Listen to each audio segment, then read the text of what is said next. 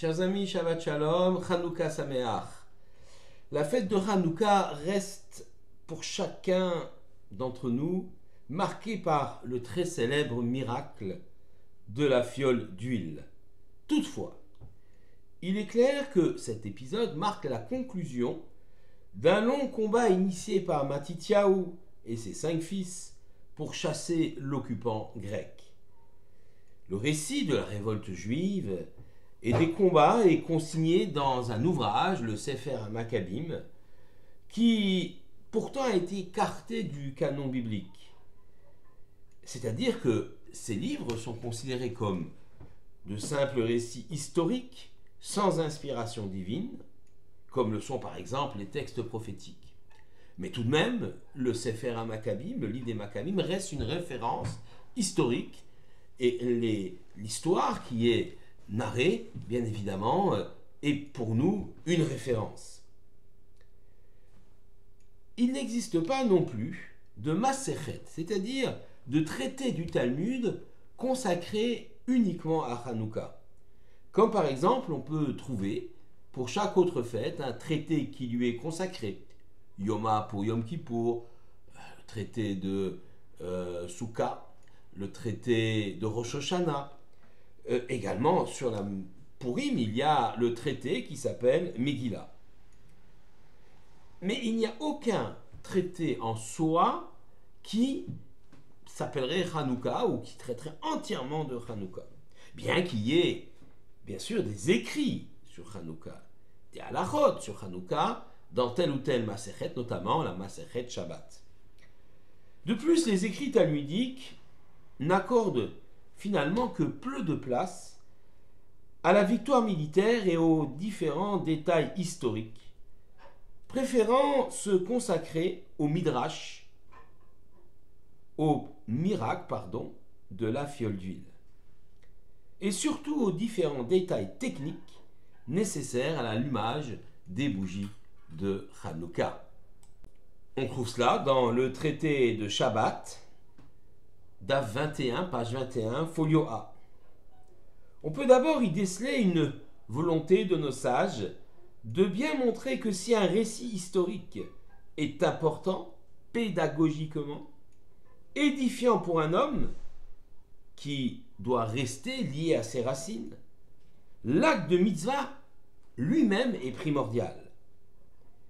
Il est en effet l'expression dans les actes de la volonté humaine de modifier quelque peu le monde selon un plan proposé par l'Éternel. Mais si nos sages n'ont pas voulu s'étendre trop sur l'épopée guerrière, c'est qu'ils y ont décelé un risque de dérive nationaliste.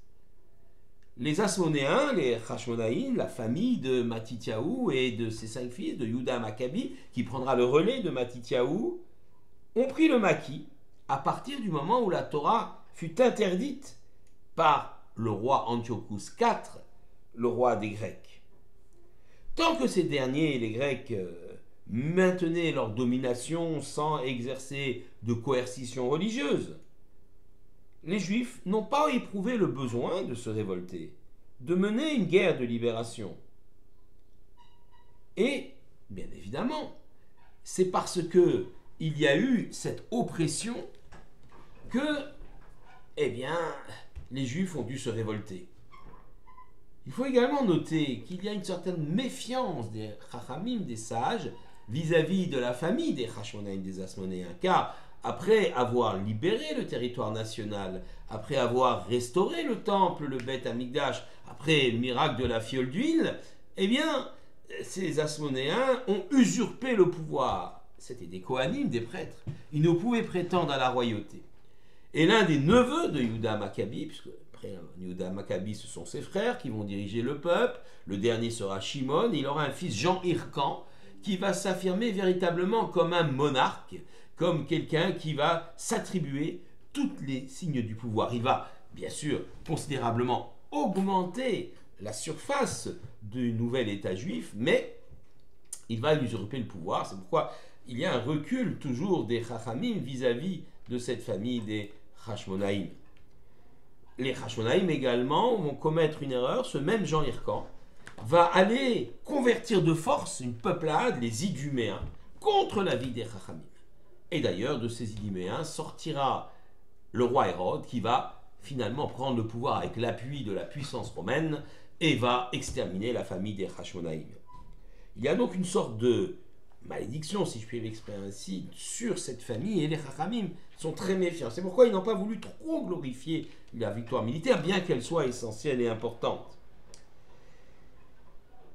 Il faut bien comprendre aussi que, contrairement à l'épisode de Purim, les oppresseurs grecs ne cherchaient en aucun cas une extermination physique du peuple d'Israël, mais une disparition spirituelle dans une assimilation forcée au monde hellène, au monde grec de l'époque. Car on considérait que cette civilisation, cette société, c'était cela la modernité. C'est pourquoi, dit le Mishneh Bora, le Chafetz Chaim, Rabbi Israël Meir Kagan HaKohen, l'auteur donc de livres Chafetz Chaim, mais aussi du Mishneh Bora, donc ce code de loi très très important, début du XXe siècle, il explique qu'il n'y a pas de seudat mitzvah à Hanouka, pas de repas considéré comme un commandement positif durant cette fête de Hanouka. Ah, il y a bien des beignets, des soufganiotes ou des latkes qui garnissent nos tables, mais ce n'est qu'une coutume gastronomique. À Purim, par contre, Aman voulait exterminer physiquement les Juifs. Aman, c'est un descendant d'Amalek, ce peuple qui a décidé de faire disparaître le peuple juif de la surface de la terre. C'est pourquoi alors que nos corps étaient menacés, nous accomplissons une mitzvah avec notre corps, c'est-à-dire ce qu'on appelle le Mishneh Purim, le festin, la Seouda de Purim, et nous envoyons d'ailleurs des cadeaux en nourriture à nos amis, ce qu'on appelle les Mishloach Manot. Hanouka, c'est une victoire sur l'oppression spirituelle, la volonté de nous assimiler. C'est pourquoi l'essentiel de la mitzvah sera l'allumage des Nérot, la Adlakat Nérot, qui également montre la lumière de la Torah, celle qui nous éclaire. Et donc on répond à une tentative de disparition spirituelle par un renouveau spirituel. La libération du territoire national fut certes une source de grande joie pour les Juifs de l'époque, pour les Hashmonaïm, pour les Maccabim. Toutefois, ce qui était important pour eux, c'était bien le rétablissement de la Torah en tant que constitution, j'allais dire, du nouveau royaume juif indépendant. Rallumer donc la menorah après tous les combats, la menorah d'or du temple de Jérusalem, était pour eux un geste fondateur. En effet, depuis Moshe, notre maître, le candélabre, matérialisait la lumière de la sagesse divine révélée aux hommes sur le mont Sinaï. Vouloir rallumer cette menorah à tout prix, marquer la volonté des révoltés juifs, les Maccabim, d'inscrire leur victoire uniquement dans la perspective du rétablissement de la Torah, et non pas dans une quelconque perspective nationaliste.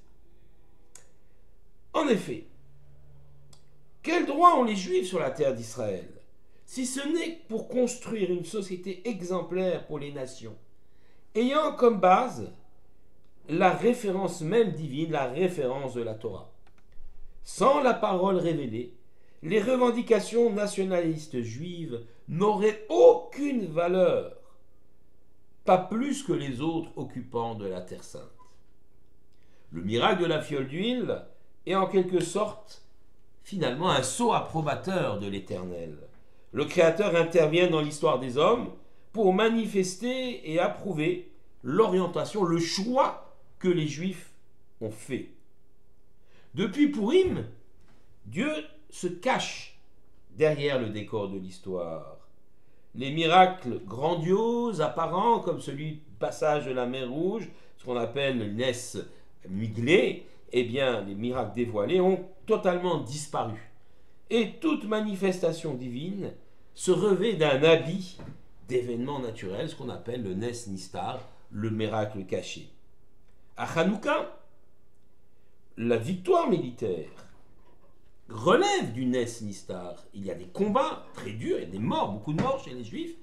Et la victoire militaire finalement relève du miracle, puisque un petit nombre de Juifs ont vaincu un nombre important de Grecs. La dernière bataille, celle de Beth Zecharia, a vu s'affronter 65 000 soldats grecs contre 10 000 soldats juifs, et ça a été une victoire pour les Juifs. Mais à Hanouka, il y a aussi l'incursion du divin surnaturel, dans le fait que la fiole d'huile va brûler, au lieu de brûler 24 heures, va brûler 8 jours. Et cela marque la force du message du Créateur. La Gemara Shabbat 21b relate la fameuse discussion entre Shammai et Hillel sur la conception même du miracle.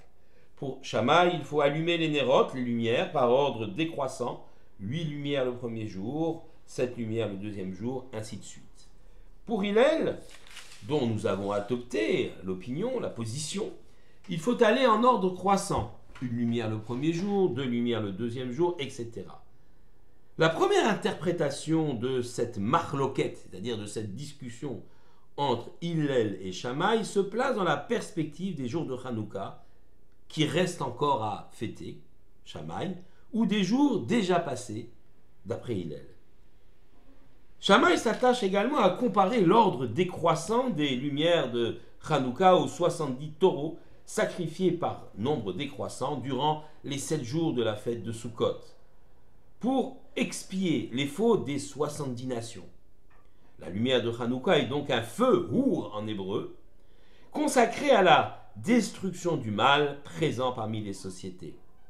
Pour Shammai, il faut s'attaquer de front aux racines du mal. La décroissance des lumières marque la domination ou la fin de la domination de ce mal dans le monde par l'action directe de l'homme. Pour Hillel, au contraire, il y a une difficulté d'attaquer le mal de front, et c'est difficile pour un homme qui est faillible. Il faut au contraire éviter la confrontation et faire progresser le monde en faisant une mitzvah, et encore une mitzvah, allumer une lumière, et puis une plus grande lumière, et encore une plus grande lumière, et ce par ordre croissant. Ainsi, un peu de lumière est capable d'écarter une profonde obscurité, d'après le commentaire du Rav Zevin. Pour amener les Juifs éloignés vers la Torah, leur identité, peut-être faut-il éviter les heurts et les conflits de front. Peut-être doit-on s'inspirer de Hillel, et mitzvah après mitzvah, acte positif après acte positif, sera-t-on en mesure de donner à autrui l'envie de nous suivre. Hanouka Sameach et Shabbat Shalom.